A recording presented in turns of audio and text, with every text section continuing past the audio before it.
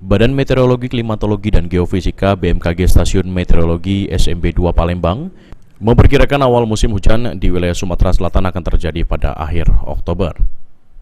Terkait hal tersebut, Koordinator Bidang Observasi dan Informasi Badan Meteorologi, Klimatologi, dan Geofisika BMKG Stasiun Meteorologi SMB 2 Palembang, Sinta Andayani, mengimbau masyarakat untuk waspada pada momen pancaroba memasuki awal musim hujan, lantaran berpotensi terjadi bencana alam seperti angin kencang disertai hujan lebat, petir, guntur, hingga fenomena hujan es di wilayah dataran tinggi.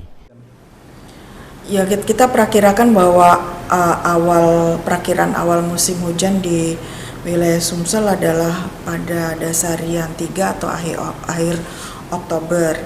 Jadi masyarakat bisa bersiap-siap untuk memasuki awal musim hujan di 2023 ini. Namun perlu saya himbau bahwa memasuki awal musim hujan berarti kita memasuki musim peralihan atau pancaroba, yang bisa saja di musim pancaroba ini bencana alam seperti angin kencang disertai hujan deras, petir, guntur, dan juga fenomena hujan es di wilayah dataran tinggi. Eki Saputra, PAL TV.